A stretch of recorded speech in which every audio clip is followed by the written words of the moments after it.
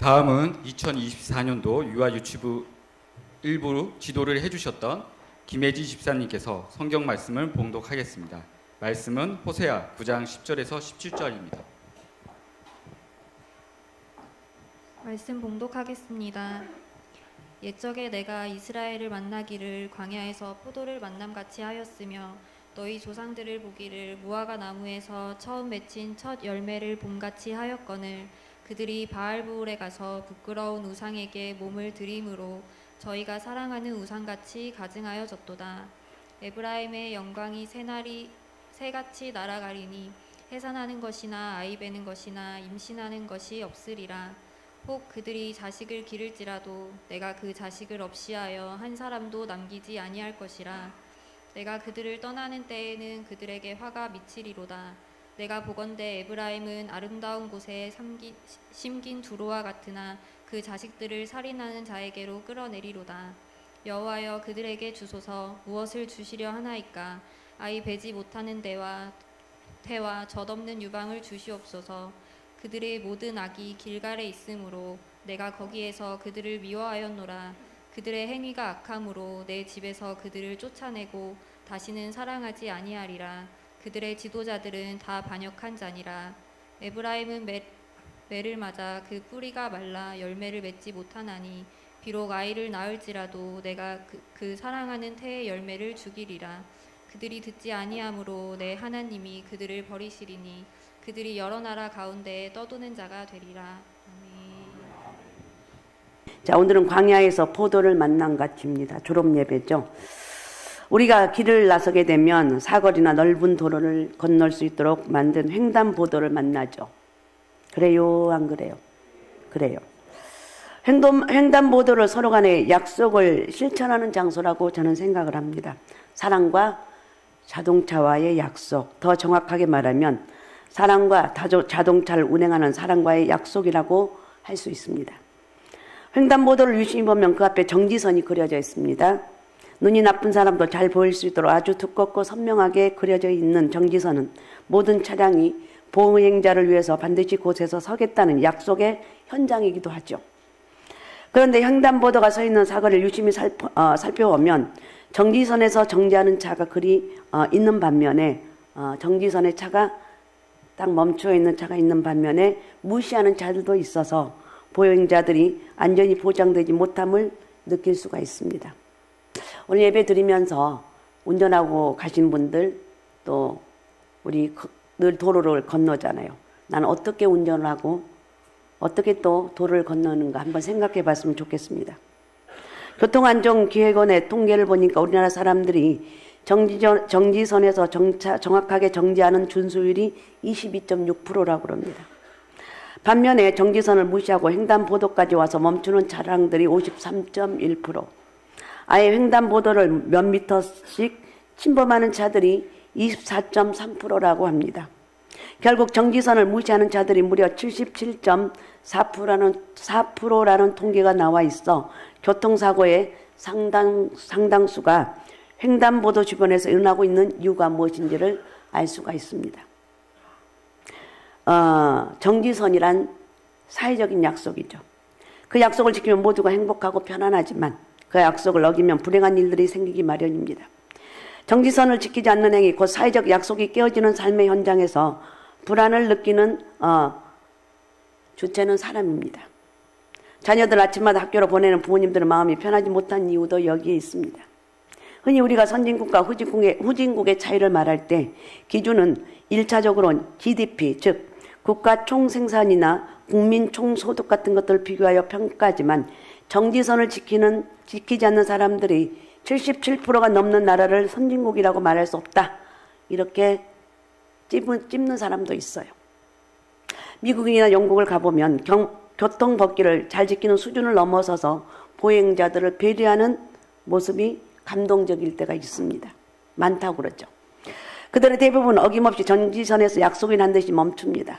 더 놀라운 것은 보행 신호가 끝나고 자동차가 가도 되는 상황에서 어떤 보행자가 뒤늦게 횡단보도에 뛰어들면 그가 건너편 인도에 갈 때까지 절대로 차가 움직이지 않고 기다려준다고 합니다. 미소까지 띠면서. 지나가라고. 자기의 권리이지만 남을 위해서 자신의 권리를 유보하고 양보하고 있는 거예요. 일본만 가도 이 빵빵거리는 게 거의 없어요, 차가. 근데 한국은 난리죠. 막 조금만 뭐 하면 빵빵빵빵 그러고. 근데 그렇지 않다는 거예요, 외국일수록. 교회 차량을 운행하는 분들도 교회 차량이 교통 질서를 잘 지켜야 되겠죠. 때로는 기독교인들 중에서도 교통법규를 안 지키는 사람들을 보면서 우리 자신들이 먼저 새로워져야 될 부분이라고 생각을 합니다. 오늘 호세아서 9장을 보면 이스라엘의 문제가 보입니다. 그러니까 졸업 예배를 드리면서 우리 학생들 졸업도 하고 이제 또 한 단계 올라가고 초등학교에서 중학교로, 중학교에서 고등학교로 이제 갑니다. 그러면 우리가 또 이제 고등학교 졸업하고 또 대학을 졸업하고 사회로 갑니다. 사회에서 성공하는 비결, 내가 한 단계 한 단계 올라가며 성공하는 비결이 무엇인가? 그걸 한번 생각해 봐야 되지 않겠냐? 어떻게 해야지 잘 사는 것인가? 어떻게 해야지 승리하는 길인가? 이걸 생각해 봐야 되겠죠. 성도들이 하나님 앞에서 마땅히 힘써야 될 것을 받지 않아 하나님과의 원만한 관계가 깨어진 상태를 보게 되는데 하나님과의 조화가 깨어진 인생에게는 기쁨도 행복도 존재할 수 없어요. 오히려 두려움과 근심에 사로잡히게 되고 점점 어둠의 권세에 종노릇하게 되고 결국 사단의 권세에 붙잡히게 된다는 거예요. 창세기 3장이 좋은 예가 됩니다. 하나님 보시기 심히 좋았더라. 인간을 만들어 놓고 하나님 너무 좋았어. 너무 좋았어. 너무 행복한. 야, 내가 만든 작품이야. 아담과 하와를 보면서 너무 주님 행복한 거예요. 모든 것을 다 준비해 주셔서 아담과 하와에게 부족함이 없이 허락하신 창조주는 그것을 다스리며 관리하도록 은혜와 권세를 아울러 주셨어요. 그래서 여호와는 나의 목자시니 내게 부족함이 없도다. 우리 졸업하는 여러분들, 아니 우리 어르신들, 우리 젊은 사람들, 항상 여러분 인생에 성공하는 비결은 여호와는 나의 목자시니 내게 부족함이 없습니다. 내가 영원히 섬기고 내가 영원히 의지할 분은 오직 하나님밖에 없습니다. 이런 고백을 하면서 이렇게 한번 살아가 보시기 바랍니다. 여러분 인생이 얼마나 기쁘고 형통한지 몰라요. 에덴에서의 삶은 조금도 부족함이 없는 은혜와 은총의 장소였습니다. 그러나 아담과 하와는 인간의 욕심에 불을 지른 사단의 유혹에 넘어가서 스스로 은혜의 그릇을 엎어버리는 어리석음을 범하고 말았어. 내가 정녕 죽으리라. 이런 확고한 주님의 말씀에 의심의 마음을 갖게 한 사탄은 결국 그들로 하여금 죽을지도 모른다라는 가정법을 쓰게 만들었습니다. 마귀가 그렇게 한 거죠. 의심의 눈으로 바라본 선악을 알게 하는 나무는 예전과 달라 보였어요. 보암직도 하고 먹음직도 하고 지혜롭게 할 만큼 탐스럽기도 하였다. 우리 학생들 졸업한다고 나는 하나님 올라가. 나는 이제 사회에 나가. 그럼 내가 어떻게 살 것인가? 내가 어떻게 사는 것이 행복한 것인가? 잊지 말 것은 하나님 은혜를 잃어버리지 말라는 거예요. 예배의 자리를 떠나지 말라는 거예요. 어떤 상황에서도 예배 자리만 지키게 되면 하나님 은혜를 잊지 않으면 반드시 힘들고 어려워도 이겨나갈 수가 있고 반드시 회복되는데 그 회복은 엄청난 회복이라는 거예요. 보암직도 하고 먹음직도 하고 지혜롭게 할 만큼 탐스럽게도 하였다. 이 성경이 기록하고 있는데 신뢰의 눈으로 바라볼 때와 의심의 눈으로 바라볼 때가 달랐습니다. 결국 그들은 하나님과 인격적인 약속을 깨뜨린 후에 축복의 동산에서 추방을 당하고 말았습니다. 저주의 시작은 하나님과의 약속을 깨뜨리면서 거기서부터 저주가 시작됩니다. 로마서 6장에 보면 죄의 삭은 사망이라고 있습니다. 욕심이 잉태하여 죄를 낳고 죄가 장성하여 사망이 들어온 것입니다. 조금씩 생겼던 우리의 욕심이 사탄의 유혹에 이끌려 죄악으로 그리고 마침내 죽음의 세계로 이끌고 간 거예요. 아담과 하와의 죄로 지금까지 우리가 고통받고 있어요. 오늘 본문에 에브라임이 나옵니다. 에브라임으로 표현된 이 백성들은 정말 하나님의 복을 많이 받은 사람들입니다. 하나님의 복을 많이 받았다고 할 때 가장 중요한 의미는 그들이 하나님 백성으로 선택받은 거예요. 우리가 어쩌다 예수 믿어서 저는 가끔가다 그런 생각합니다. 내가 어쩌다 어느 날 주님이 나에게 찾아오셔서 내가 하나님 만났어. 나는 이걸 아무리 생각해봐도 감사할 것밖에 없어. 내가 하나님 몰랐다면 어떻게 될 것인가. 하나님 나를 찾아와 만나 주셨어. 여러분 이 시간 예배 드리는 여러분들, 하나님이 여러분 찾아와서 만나주셨고 너는 내 백성이야. 너는 내 거야. 넌 내가 내 핏값으로 너를 세워 샀어. 이렇게 하나님이 우리를 인정해 주시는 거예요. 제가 오늘 낮에도 설교했듯이 하나님 우리에게 칭의, 우리 의인이 된 건 하나도 없어요. 여전히 죄악 가운데 있는데 하나님 인정해. 너는 이제 의인이라고 칭함을 하나님이 주셨다는 거예요. 예수 그리스도의 피를 믿으면, 보혈의 그 능력을 믿으면, 예수 그리스도를 믿기면 우리는 의인으로 인정받았고, 그리고 내가 살아가면서 죄를 안 지으려고 몸부림을 이게 성화의 과정이에요. 성화의 과정 언제까지? 천국까지. 내가 이런 죄를 지었는데 이제 이 죄를 지으면 안 돼. 다윗이 얼마나 우리아의 아내 밧세바를 범하고 얼마나 많은 우리아를 죽이고 나서 얼마나 많이 고통을 받았습니까? 통곡했고 오죽하면 침상이 눈물로 적셨다 할 정도로 고통을 받았습니다. 이렇게 죄는 무서운 거예요. 근데 그 죄를 어떻든 다윗이 철저하게 회개합니다. 얼마나 회개했던지. 그 눈물이 침상을 적셨다는 거예요. 그래서 우리는 성화의 과정을 계속해서 가는 가고 있어요. 그리고 나서 죽으면 영과 육이 분리되면 그때는 영화로운 단계로 천국에 들어가는 거예요. 우리는 다 천국에서 만날 줄로 믿습니다. 네, 천국에서 만나는 거예요. 자, 10절 다시 한번 읽어주시기 바랍니다. 10절 같이 한번 읽어볼까요? 자, 10절 같이 읽겠습니다. 읽습니다. 시작. 광야에서 포도를 만남같이 하였으며 너의 조상들을 보기를 무화과 나무에서 처음 맺힌 철맨 봄같이 하였거늘. 계속 시작. 그들이 가서 부끄러운 우상에게 몸을 들임으로 저희가 사랑하는 우상같이 가증하여졌도다. 10절에 보면 하나님께서 이스라엘을 광야에서 포도를 만남같이 무화과 나무에서 처음 맺힌 열매를 봄과 같이 하였다고 말씀하고 있어요. 과거의 이야기지만 전에는 하나님과 이스라엘 관계가 그렇게 좋았어요. 허니문. 광야에서 포도나무를 만납니까? 포도 열매를 못 만나죠. 그런데 광야 길을 간다 할지라도 잘 들으십시오. 우리 학생들도 그렇고 우리 어르신들도 그렇고 광야, 아무것도 없는 광야에서 포도 열매를 만남같이 아무리 힘들고 어려워도 예수 그리스도가 내 안에 거하시기 때문에 힘들고 어려운 그 고난을 쉽게 이겨나갈 수가 있다는 거예요. 주님, 저는 주님 한 분만으로 만족합니다. 나에게는 많은 것이 없어도 난 주님 때문에 나는 행복해요. 우리 학생들이 이 사실을 깨닫고 그래, 내 인생은 예수님이 답이야. 내 인생의 최고의 주인은 예수님이야. 이런 믿음을 갖게 되면 여러분 인생은 반드시 승리하고 행복한 인생이 된다는 거예요. 정말 무화과 나무에서 첫 열매를 얻는 기쁨같이 이스라엘이 이스라엘처럼 보이고 하나님의 자녀가 하나님 자녀처럼 보일 때가 하나님의 자녀처럼 보일 때였다는 거예요. 그러나 10절 후반절에 보면 저희가 바알볼에 가서 부끄러운 우상에 몸을 들였다. 우상 숭배했다는 거예요. 현재 그들은 하나님께서 가장 싫어하는 모습을 가지고 있었어요. 하나님께서 싫어하고 묘하시는 것이 몇 가지인데 그 중에 하나가 우상하게 우리의 몸과 마음을 빼앗기는 거예요. 철저하게 하나님 가장 싫어하는 게 우상 섬기는 거예요. 우리나라가 우상에서 벗어나야 돼요. 철저하게 우상 숭배하면 안 돼요. 우상에 가서 절하지도 말고 또 이제 연초니까 가서 예수 믿으면서도 막 가서 물어봐야 돼요. 아주 뭐라고요? 욕을 해도 바가지로 해야 돼요. 여러분 인생 망쳐드리는 게 아니고 절대로 그렇게 하면 안 돼요. 왜? 하나님은 질투하는 하나님이기 때문에. 특별히 하나님의 자녀들 우상에게로 가는 것을 하나님께서 정말 싫어하신다는 것. 그런데 에브라임이 바알볼에게 갔습니다. 사실 말씀 봉독하면서 얼마나 섬뜩하고 얼마나 두려운 말씀이냐는 것. 아무리 곡식을 심는들 곡식이 계속해서 수확이 감소될 것이고 추수하는 일이 없다는 것. 망할 것이라는 것. 문제들이 생길 때 빨리 분별력을 가지고 알아차려야 돼요.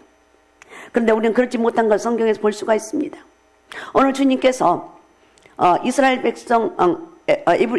에브라임에게 두 가지 약속을 특별히 두 가지를 특별히 부탁했는데 9장 1절에 보면 육신의 것을 기뻐하지 말라고 그랬습니다. 너는 이방 사람처럼 기뻐 뛰노지 말아라. 지금 우상의 제단 앞에 가서 죄인의 절하면서 흥분되어서 기뻐하며 뛰놀지 말라. 제발 그런 어리석은 일을 하지 말라는 것. 그것 때문에 너희 타작마당이 떨어질 것이고 너희 소득이 다 줄어들 것이고 다시는 추수할 기회를 얻지 못할 것이라는 거예요. 이방 우상의 타작마당에서 음악의 값을 좋아하는 이스라엘, 죄 짓는 것이 재밌고 죄 짓는 것이 즐거워. 그저 죄 지으면 처음에 얼마나 신바람 나는지 몰라요. 말초신경이 막 그냥 우리 젊은 애들, 우리 아이들 죄 짓는 거 하나님 앞에 나와서 예배드리는 딸 고리타분하고 아이고 저게 언제 끝나나 이러는데 세상에 나가면 막 기쁘고 행복해서 세상이 전부 내 것인 것 같아요. 죄 짓는 것이 그렇게 즐겁습니다. 그 우상의 자리에서 늘 기뻐하고 즐거워하는 그들을 바라보면서 하나님께서는 강력한 메시지를 우리에게 말씀하고 있습니다. 두 번째, 하나님께서 우리에게 두 번째로 말씀하는 것 7절 8절에서 말하고 있는 죄악의 마음을 하나님께서 다 기억을 하신다는 거예요. 이 세상에서 때로는 악인이 잘 될 때가 있습니다. 형통할 때가 있습니다. 아마도 성경에서 악인이 형통하고 의인이 고통받는 것에 대해서 제일 고민하고 마음 아팠던 사람이 욥일 거예요. 하나님 앞에 장시간 장문의 욥기를 보면 결론이 그거예요.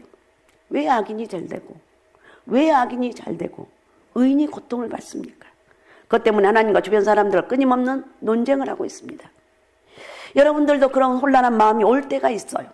하지만 성경이 분명히 말씀합니다. 악인의 형통을 부러워하지 말아라. 다만 여러분들 악인의 꾀를 쫓지 말고 죄인의 형통을 부러워하지 말라는 말씀이 무엇인가? 하나님은 은혜도 다양한데 보편적인 은혜가 있습니다. 그것은 악인들에게도 그대로 적용된다는 거예요. 가장 못되게 구는 그 집에 너는 비가 좀 많았으면 좋겠는데 그 집은 아무리 벼를 심어도 바짝바짝 타들어가고 추수가 되지 않고 곡식이 되지 않고 거봐 너 못되게 굴면 하나님께 너 복 주지 않아. 이렇게 하면 참 좋겠는데 그 못되게 구는 악인의 논에도 어김없이 하나님이 복을 비를 주시고 햇빛을 주셔서 벼가 잘 되고 곡식이 열매를 맺는다는 거예요. 우리는 그런 하나님의 은혜를 보편적인 은혜라고 그럽니다. 악인이 무슨 일을 해도 허가도 잘 받고 사업도 잘하고 더 소득도 늘어나고 그런 거예요. 그러나 하나님께서는 보편적인 은혜 일반 섭리를 중단하실 때가 있습니다.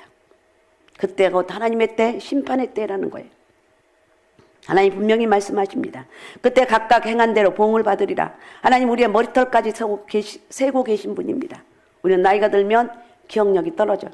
저는 너무 빨리 떨어져서 너무 괴로워요. 여러분에게도 죄송하고 맨날 잊어먹어. 맨날 놔도 어디다 놓은 줄도 몰라요. 내가 치매가 온 거 아닌가? 그건 아닌 것 같은데. 그건 아닌 것 같아. 건망증이 이렇게 많을 수가 없어요. 우리 하나님은 근데 절대로 다 머리카락까지 세신다는 거예요. 정확하게, 철저하게. 우리의 믿음의 사람들은 종말론적인 믿음을 가지고 사는 것입니다. 오늘을 보고 사는 게 아니라 마지막 주님의 그날, 심판의 그날을 준비하며 사는 거예요. 미래의 지향적인 삶이고 오늘이 아니라 내일입니다. 조지 스웬돌은 죄에 대한 정의를 이렇게 내렸습니다. 죄는 그 본심을 숨기고 겉으로는 환영한다. 죄는 유다처럼 미소 지으면서 입맞춤하지만 결국은 배반하고 죄는 겉으로는 정중하지만 요압처럼 결국 아브넬을 죽이고 만다. 가룟 유다가 주님한테 찾아와서 미소를 지으면서 입맞춤까지 합니다. 서양 사람들도 입맞춤은 아무나 하지 않습니다. 보통 사람과는 그냥 악수 정도 하고 조금 지나면 볼에다 입맞춤하고 아주 사랑하는 사람이어야만이 입에다 입맞춤을 한다고 그러죠. 지금 가룟 유다가 예수님을 찾아와서 입맞춤을 하고 있습니다. 내가 정말 당신을 사랑합니다. 보통 관계가 아니라 주님, 저하고 주님과는 사랑하는 관계예요. 이렇게 입맞춤을 하고 있습니다. 사람들 앞에서 거짓된 애정을 보여주고 있습니다. 그런데 그는 은30을 받고 예수님을 팔아먹기로 일을 끝난 뒤였습니다. 미국 사람들이 성도들을 표현할 때 쓰는 말 중에 거북이 크리스찬이란 말이 있습니다. 얼핏 들으면 느릿느릿한 사람들을 그렇게 말한 것 같은데 그런 의미가 아니고 보통 짐승들이 먹이를 먹지 않고 버틸 수 있는 기간이 있는데 새는 평균 9일을 먹지 않고 버틸 수 있다고 하고 개는 20일을 버틸 수 있습니다. 그런데 거북이는 무려 500일을 먹지 않고도 견딘다고 해서 붙여진 말입니다. 생명의 양식인 하나님 말씀을 먹지 않고 빈둥대면서도 크리스찬이라고 생각하는 사람들 빗대어서 하는 말이 거북이 크리스찬이라는 것입니다. 장기간 동안 기도도 않고 전도도 하지 않고 자신이 성도라고 크리스찬이라고 생각하는 사람들을 가리켜 말하는 것입니다. 이런 사람들 향해 주님 말씀합니다. 너희는 살았다가나 성경은 실상은 죽은 자라다 이렇게 말하고 있습니다. 아모스 8장에서는 이렇게 말합니다. 양식이 없어서 주림이 아니고 물이 없어서 가람이 아니라 하나님 말씀을 듣지 못한 기갈이라고 그랬어요. 말씀의 기갈로 백성들이 죽어간다는 거예요. 그래서 여러분 참 예배는 주일날 한 번 일주일에 와서 드리죠. 매일 새벽 예배 오신 분들은 진짜 특별한 하나님 은혜죠. 여러분이 예배를 드리면서 정말 준비된 자세로 나와서 예배 드리면서 여러분 영혼이 먼저 채워진 은혜가 있으시기 바랍니다. 영적으로 채워져야만이 세상에 나가서 힘있게 살아갈 수가 있어요. 그리고 나에게 문제가 있고 어려움이 있어도 처음에는 조금 실망할 수 있지만 다시 일어설 수 있는 힘이 생기는 거예요. 예배에서는 정말 처음 시간부터 늦게 오지 말고 꼭 늦는 사람 꼭 늦죠. 이런 말 안 해야 되는데 꼭 왜 이런 말 하나 몰라 나도. 늦는 사람 꼭 늦어요. 그래서 와서 하는 말이 예배 중심 말씀인데 말씀 듣고 가면 되지. 뭐 처음부터 드리냐고. 또 이렇게 또 이런 말을 하는 사람도 있어요. 그러나 다른 것들은 혹시 소홀을 할지라도 예배만큼은 소홀해서는 안 돼요. 절대 예배는 반드시 처음부터 끝까지 드리라는 거예요. 아셨습니까? 어떤 사람은 설교가 시작되지 않았다고 늦게 오고 어떤 사람은 또 설교 끝나면 가는 거예요. 왜 가세요? 축도 안 끝났는데. 아이고 예배는 설교 끝나면 가면 되는 거죠. 이렇게 가는 거예요. 안 된다는 거예요. 백성이 말씀의 기갈로 죽어가고 있습니다. 오늘 이스라엘 에브라임으로 표현된 하나님 백성들도 육신의 양식만을 구하지 영적인 양식을 구하지 못해 점점 기갈이 되어서 호세아가 볼 때 더 이상 살 기력이 없고 살 희망이 보이지 않는다는 거예요. 그래서 다시금 10절 말씀처럼 너희가 과거에 광야에서 포도인 것처럼 무화과의 첫 열매인 것처럼 주님의 기쁨이 되고 주님의 즐거움이 되는 그런 삶으로 돌아오라고 말씀하고 있어요. 오늘의 말씀의 제목이 그렇습니다. 광야에서 포도를 만난 같이. 사랑하는 여러분들, 우리 졸업하는 졸업생들, 또 중학생으로 고등학교, 초등학생으로 또 대학을 졸업하고 세상으로 나가는 여러분들, 광야에서 포도를 만난 같은 그 축복이 예수 그리스도를 내 가슴에 품고 사는 거예요. 믿습니까? 믿습니까? 예수 그리스도가 답입니다. 누가 뭐래도 예수 그리스도가 답입니다. 우리 어떤 집사님은 직장에 다니는데 왜 여행 가면 주일을 끼고 많이 가잖아요. 근데 절대 나는 교회 다니기 때문에 절대 나는 안 돼. 주일날은 교회 가야 된다고. 그러니까 아예 그러려니 안 돼요. 아예 그렇게 해야 돼요. 그래야 잘 되고 저 사람은 저렇게 주일을 지키도 하나님 잘 되게 하셨다고. 좀 이런 소리를 들어야 되지 않겠습니까? 할렐루야. 그러니까 광야에서 포도를 만난 같이, 이 말은 주님과의 관계에서 가장 아름답고 원만한 때를 표현한 말씀이에요. 우리 성도들의 삶이 광야에서 포도인 우리, 주님께서 우리를 기뻐하시고 주님께서 우리를 감격해 하시는 광야의 포도가 되시기를 바랍니다. 할렐루야. 광야의 포도. 아무것도 없는 것 같아도 거기서 행복을 느끼고, 포도 얼마나 맛있어요. 광야의 포도가 날 수 없는데 하나님 나게 하신다는 거예요. 필요한 어디를 가든지 필요한 존재가 되는 거예요. 나그네에서 나그네에게 광야에서 포도는 그를 살리는 거예요. 오아시스와 같은 겁니다. 오늘 이 시대의 성도들이 사회에 정말 산소같이, 이 사회에 정말 필요한 포도와 같이 더 나아가서는 우리 하나님께서 기뻐하실 만한 성도의 삶으로 해야 할 일과 하지 말아야 될 일을 분명히 분별해 가면서 믿음으로 살아갑시다. 우리 특별히 졸업생들 믿음으로 살아가고 내 가슴속에 오늘 다시 한번 예수 그리스도를 가슴에 품고 가는 것입니다. 할렐루야. 한번 따라해 봅시다. 예수님을 내 가슴에 품고 세상에서 승리하기 원합니다. 다시 예수님 내 마음에 오셔서 나와 동행하여 주옵소서. 어디를 가든지 승리하게 하옵소서. 할렐루야. 주님이 함께 하시면 어디를 가든지 승리하시고 아주 똑바른 이 믿음을 갖고 살아가시기 바랍니다. 오직 예수, 오직 믿음, 오직 성령 충만함으로 주의 뜻을 이루어가는 평탄함의 은혜가 여러분에게 있으시기 바라고 우리 졸업생들에게 임하시기를 바랍니다. 자, 기도하겠습니다. 우리 하나님 고맙습니다. 감사합니다. 오늘도 우리 주의 성령이 우리 가운데 함께 해주시고, 아버지 하나님, 오늘도 하나님, 아버지 하나님이여 광야의 포도같이 하나님 저희들이 단 어떤 상황 가운데 있다 할지라도 하나님의 은혜가 함께하고 믿음으로 승리하는 역사가 있길 원합니다. 성령 하나님 저희를 축복합니다. 오늘도 영광 받아주시고 특별히 졸업생들에게 은혜를 더하여 주셔서 저희들 아버지 어디를 가든지 나는 하나님과 함께하는 사람, 주님이 내 가슴속에 함께하시고 믿음으로 승리하게 하신다는 이 믿음 갖고 승리하는 저희들 삶 되게 도와주옵소서. 저희를 축복하여 주옵소서. 감사합니다. 예수님의 이름으로 기도하옵나이다. 아멘.